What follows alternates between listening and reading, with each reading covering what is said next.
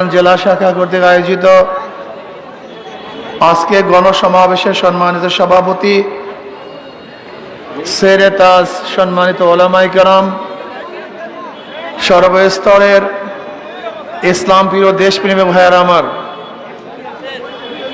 ইসলামী আন্দোলন বাংলাদেশ কি চায়, তাদের বক্তব্য কি, তাদের আদর্শ কি, নীতি কি, এই বিষয়ে আমরা অনেকেই জানি না। আমি ইসলামী আন্দোলনের আদর্শ সম্পর্কে বক্তব্য, নীতি ও আদর্শ সম্পর্কে 2-1 মিনিট বলতে চাই। ইসলামী আন্দোলন বাংলাদেশ বিশ্বাস করে শুধু দেশ, দল, নেতা পরিবর্তনের মাধ্যমে মানুষের শান্তি আসতে পারে না। এ দেশ বারবার পরিবর্তন হয়েছে। এক সময় এ দেশ ব্রিটিশ শাসন করেছে, তাদের বিরুদ্ধে আন্দোলন করে আমরা স্বাধীন হয়েছিলাম। এদেশ ভারত শাসন করেছে, তাদের বিরুদ্ধে আন্দোলন করে পাকিস্তান করেছিলাম। এই দেশ একসময় পশ্চিম পাকিস্তানের শাসন করেছিল, তাদের বিরুদ্ধে আন্দোলন করে আমরা স্বাধীন হয়েছিলাম। দেশ বারবার পরিবর্তন হয়েছে, কিন্তু মানুষের ভাগ্যের পরিবর্তন হয়নি। এদেশে বহু দলের শাসন দেখেছি। আমরা মুসলিম লীগের শাসন দেখেছি, আওয়ামী লীগের শাসন দেখেছি, বিএনপির শাসন দেখেছি, জাতীয় পার্টির শাসন দেখেছি, জোট সরকারের শাসন দেখেছি, মানুষের ভাগ্যের পরিবর্তন দেখি নেই। বহু নেতার শাসন দেখেছি। আমরা আইয়ুব খানের শাসন দেখেছিলাম, আমরা দেখেছি শেখ সাহেবের শাসন, আমরা দেখেছি জিয়াউর রহমান সাহেবের শাসন, আমরা দেখেছি সত্তার সাহেবের শাসন। শাসক দেখেছিলাম এরশাদ সাহেবকে, শাসন করেছে খালেদা জিয়া, শেখ হাসিনা, মঈনুদ্দিন, ফখরুদ্দিন। কোন উদ্দিনের শাসনই মানুষ শান্তি পায় নাই, মুক্তি পায় নাই। বৈষম্য দূর করার জন্য জুলাই আগস্টে আন্দোলন করেছিলাম, রাস্তায় ছিলাম, বুলেটের সামনে ছিলাম। বৈষম্য দূর হবে, মানুষ শান্তি পাবে, মুক্তি পাবে। যে দেশের মধ্যে চাঁদাবাজ থাকবে না, দুর্নীতিবাজ থাকবে না, খুনি থাকবে না, লুটেরা থাকবে না, আমার মা বোনেরা ধর্ষিতা হবে না, বাংলাদেশের একজন মানুষ না খেয়ে আর থাকবে না, বাংলাদেশের একজন মানুষ বস্ত্রহীন থাকবে না, বাংলাদেশের কোনো নাগরিক খোলা আকাশের নিচে ঘুমাবে না, বাংলাদেশের প্রত্যেকটা নাগরিকের শিক্ষা, চিকিৎসা, বাসস্থান, অন্ন, বস্ত্রের গ্যারান্টি হবে। প্রত্যেকটা মানুষ নিরাপদে রাস্তায় হাঁটতে পারবে, চলতে পারবে। আমার মা বোনেরা রাস্তায় বের হবে, ধর্ষিত হয়ে ইফটিজিং এর শিকার হয়ে ঘরে ফিরবে না। বাংলাদেশের প্রত্যেকটা নাগরিক যেন শিক্ষিত হতে পারে, সেই ব্যবস্থা করা হবে। বাংলাদেশের প্রত্যেকটা ব্যবসায়ী চাঁদাবিহীন ব্যবসা করবে। বাংলাদেশের প্রত্যেকটা নাগরিকের বাক শক্তির স্বাধীনতা থাকবে, লিখনির স্বাধীনতা থাকবে। আমাদের সাংবাদিক বন্ধুরা তারা নিরঙ্কুশ সংবাদ পরিবেশন করবে। কিন্তু আমরা কি দেখেছি? আজকে বাংলাদেশের সত্য সংবাদ প্রকাশ করার কারণে তুহিনকে জীবন দিতে হয়েছে। আজকে আমরা কি দেখেছি? সত্য কথা বলার কারণে সারজিদের বিরুদ্ধে আবার নতুন ভাবে কেস হয়েছে, মামলা হয়েছে। আমি আশ্চর্য হয়ে যাই।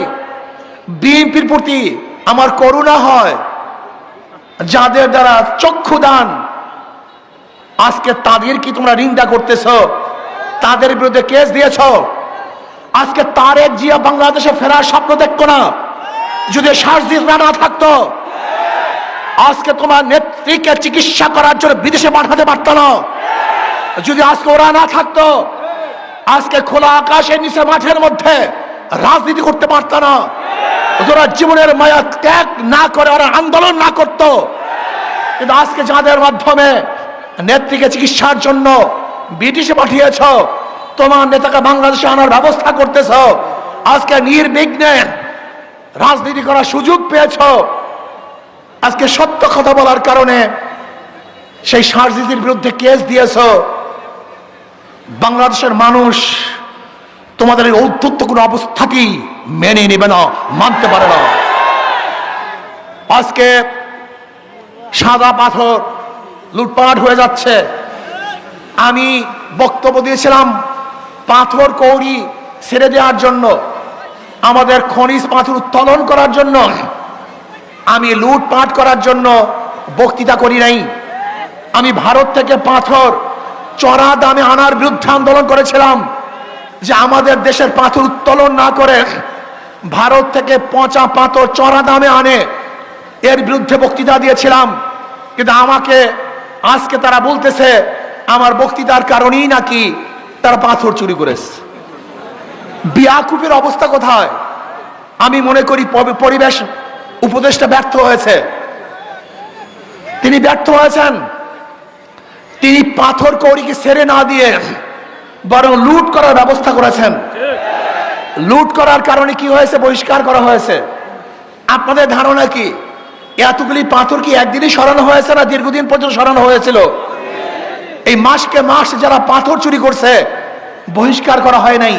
আমি আগেই বলছি, চাঁদা তুললে পুরস্কার, ধরা পড়লে বহিষ্কার, ভাইরা হলে গ্রেফতার। কথাটা বুঝাতে পারি নাই?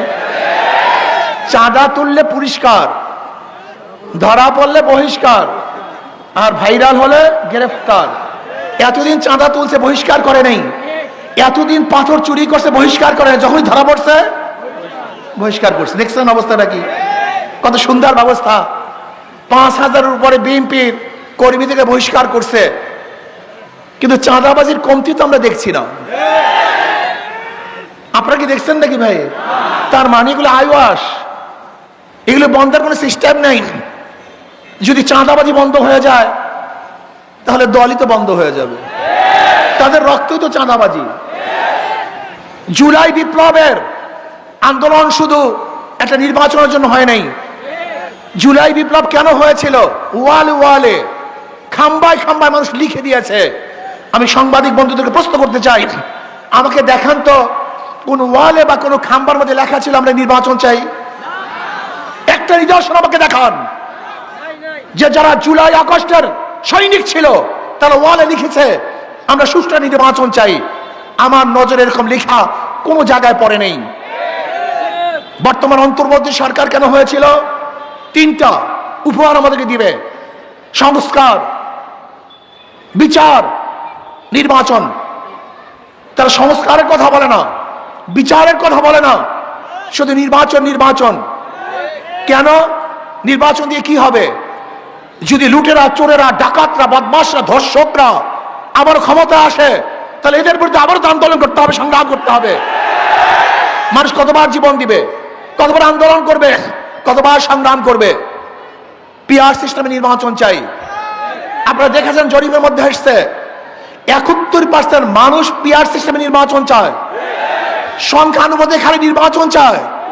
পিআর সিস্টেমে নির্বাচন হলে চাঁদাবাজি থাকবে না, গুন্ডামি থাকবে না, নমিনেশন বাণিজ্য চলবে না, পেশি শক্তি ব্যবহার করা হবে না, কালো টাকার ব্যবহার হবে না। প্রত্যেকটা মানুষ আর ভোট অধিকার প্রয়োগ করতে পারবে, সমহারে সমস্ত মানুষ ভোট দিতে পারবে।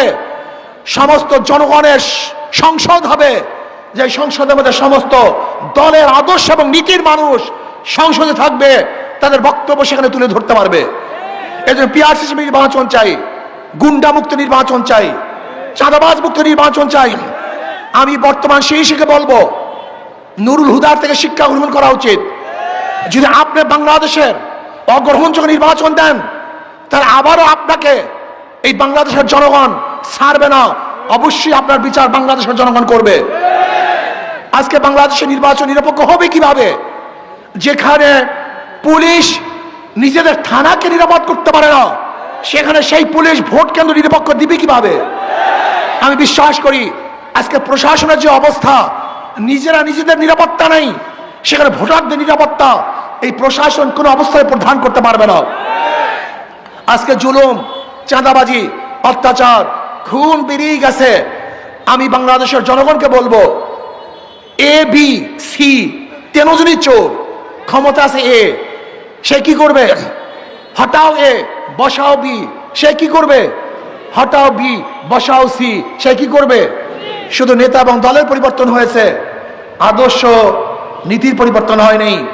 আজকে চাঁদার হাতার পরিবর্তন হয়েছে, চাঁদার পরিবর্তন হয় নাই।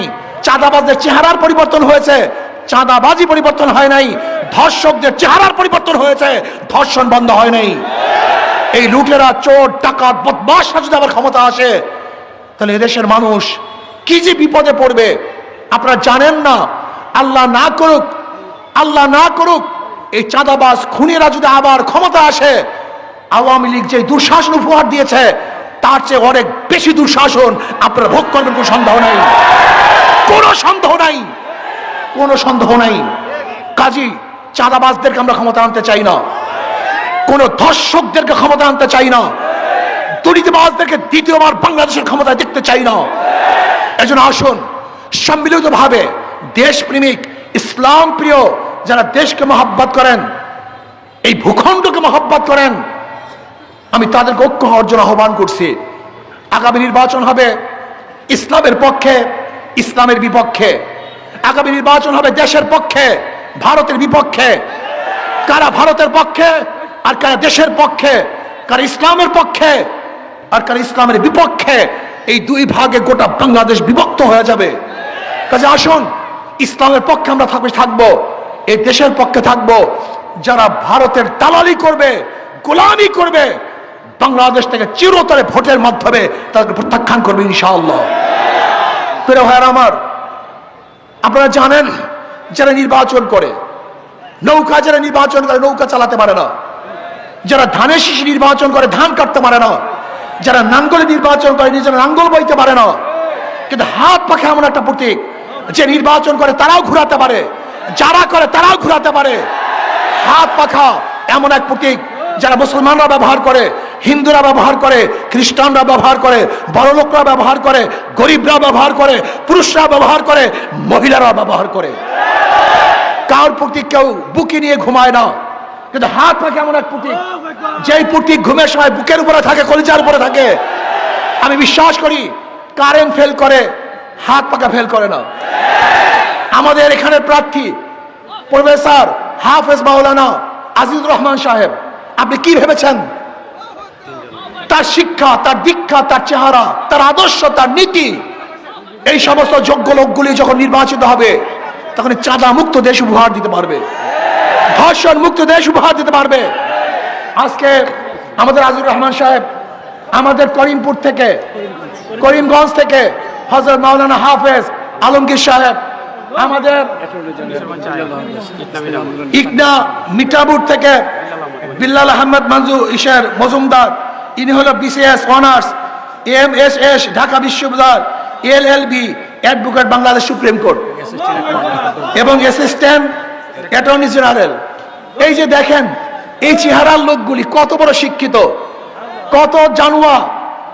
এরা যদি ইনশাআল্লাহ সংসদে যায় তাহলে বাংলাদেশটা একটা ফেরেশতাদের সংসদ হবে ইনশাআল্লাহ, কল্যাণমুখী সংসদ হবে ইনশাআল্লাহ, গরিব দুঃখী মেহেরতে মানুষের সংসদ হবে ইনশাআল্লাহ, ধর্ষণ মুক্ত চাঁদা মুক্ত এক সংসদ হবে ইনশাআল্লাহ, যেখানে প্রত্যেকটা মানুষের অধিকার বাস্তবায়ন হবে। এজন্য আসুন আগামী নির্বাচনে শান্তির প্রতীক হাত পাখা আমরা ঐক্যবদ্ধভাবে ইসলামের পক্ষে, দেশের পক্ষে সমস্ত লোক একত্রিত হয়ে একটা বাক্স দেবো। কয়টা বাক্স ইনশাআল্লাহ? কি আপনারা সবাই থাকবেন তো ইনশাআল্লাহ? আমি কিশোরগঞ্জ এই জেলার সমস্ত নাগরিক অনুরোধ করব, শুধু একটা বারের জন্য, শুধু একটা বারের ইসলামকে পরীক্ষা করুন। ওরা বারবার পরীক্ষা দিয়েছে, বারবার ফেল করেছে। আওয়ামী লীগ পরীক্ষা দিয়ে ফেল করেছে, বিএনপি পরীক্ষা দিয়ে ফেল করেছে, জাতীয় পার্টি পরীক্ষা দিয়ে ফেল করেছে। আপনারা একটাবার ইসলামকে পরীক্ষা করুন, ইনশাআল্লাহ যদি ফেল করি কোনোদিন ভোট দেওয়ার জন্য আসবো না। একটাবার পরীক্ষা করুন, ইসলামকে একটাবার পরীক্ষা করুন। কি রাজি আছেন না ইনশাআল্লাহ? মজার একটা কথা শুনুন, মজার একটা কথা। আপনারা অনেকে ইসলামী ফোবিয়া আছে, আপনারা অনেকে মনে করেন ইসলাম যদি ক্ষমতা আসে জোর করে আমাদেরকে দাঁড়িয়ে রাখাবে, জোর করে আমাদেরকে পর্দা করাবে। এক গাঁজাখোর একদিন আমাকে বলছে, হুজুর যদি ইসলাম ক্ষমতায় আসে আমার গাঁজার অবস্থাটা কি হবে? সে তো গাঁজাখোর, নেশাখোর। আমি বললাম, বাবা তুমি কি মসজিদে গিয়ে গাঁজা সেবন করতে পারো? বল না। আমি বললাম কেন? তাহলে পরিবেশ নাই। আমি বলি ইসলাম ক্ষমতা আসলে গোটা বাংলাদেশটা এমন পরিবেশ হয়ে যাবে, মসজিদের পরিবেশ, যেখানে তুমি গাঁজা সেবন করতে পারবা না। এক দাড়িও কামানে ভাই বলতেছে, ভাই ইসলাম ক্ষমতা আসলে আমাকে জোর করে দাঁড়িয়ে রাখাবে, আমি তো দাঁড়িয়ে রাখবো না। আমি বললাম মসজিদের যে পবিত্র জায়গা কোনো জায়গায় নেই, দুনিয়ার মধ্যে সবচেয়ে পবিত্র জায়গা কোনটা? আমি বললাম দাড়ি কামানো অবস্থা তুমি মসজিদে ঢুকতে পারো? বলে অবশ্যই। বাধা দিয়েছে? বলে না, আমি সবচেয়ে পবিত্র জায়গা মসজিদ, সেখানে তোমাকে বাধা দেয় নাই। আরে বাংলাদেশের হাজারো নোংরা জায়গার থেকে তোমাকে বাধা দিবে? এটা তুমি কিভাবে ভাবতেছো? তোমাকে অবশ্যই বাধা দিবে না, বরং পরিবেশ সৃষ্টি হবে যেখানে তুমি এমনিতেই ভালো হয়ে যাবা। বিশ্বাস হয় না আপনাদের কথা? আচ্ছা বলেন তো, এই জনগণের মধ্যে একজন জনগণ কি নাই যারা বিড়ি খায়? কথা বলেন না কেন? একজনও নাই? তাই বিড়ি পান করেন না কেন? নিষেধ করছি, বাধা দিছি, কেন পান করতেছেন না? কোন আপনাকে একবার মনে চাইছে একটা বিড়ি ধরাই? আমি তো নিষেধ করি নেই। পরিবেশ, পরিবেশ আপনাকে ভালো বানিয়ে দিয়েছে, কথা ঠিক না? ইসলামী হুকুমত আজকে পরিবেশকে দূষণ করে ফেলছে। আমি বারবার বলি ওই সমস্ত দলগুলি, আওয়ামী লীগ, বিএনপি, জাতীয় পার্টি, এমন দল যেখানে যদি এক জায়গার থেকে ফেরেশতা ঢুকে আজাজিল হয়ে বের হবে।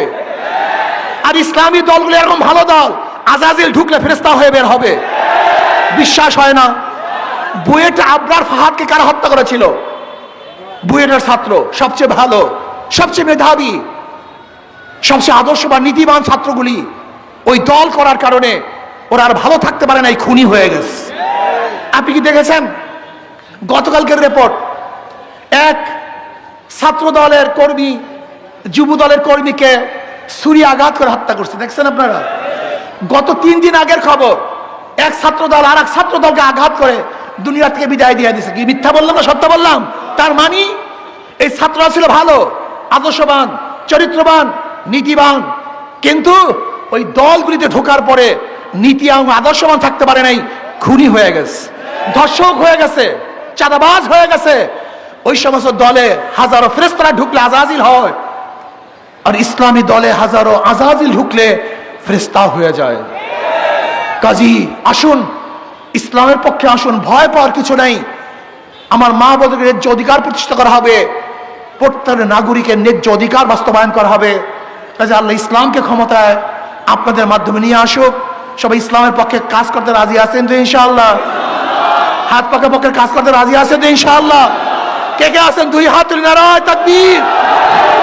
সব মার্কা দেখা শেষ, হাত পাখার বাংলাদেশ মার্কা আছে। কোন সে মার্কা?